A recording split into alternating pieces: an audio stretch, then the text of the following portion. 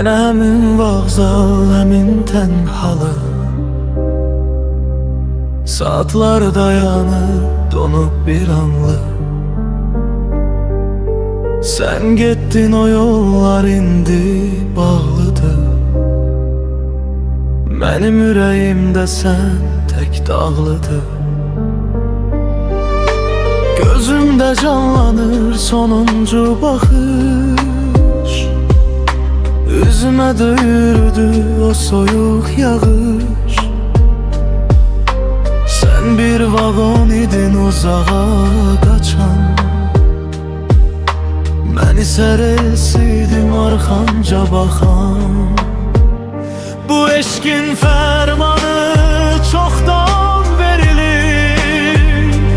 Ümidlər, arzular yerlə bir olur. İndi peşmanlığın nə xeyri var ki? O mühürlü məktub çoxdan oxunur. Dərdin silsiləsi, ruhun qəfəsi. Kəsilib ömrümün artıq nəfəsi. Məni bu şəhərdən silib apardın. Qaldı qulağımda vidanın səsi. Gecikdin, artıq mən həmin mən deyiləm.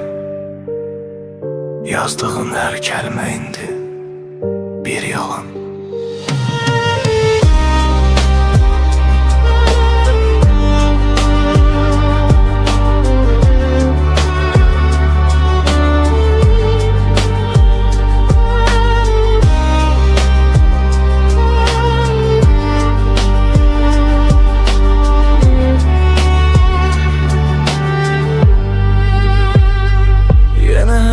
Şəhər, həmin tənhalı.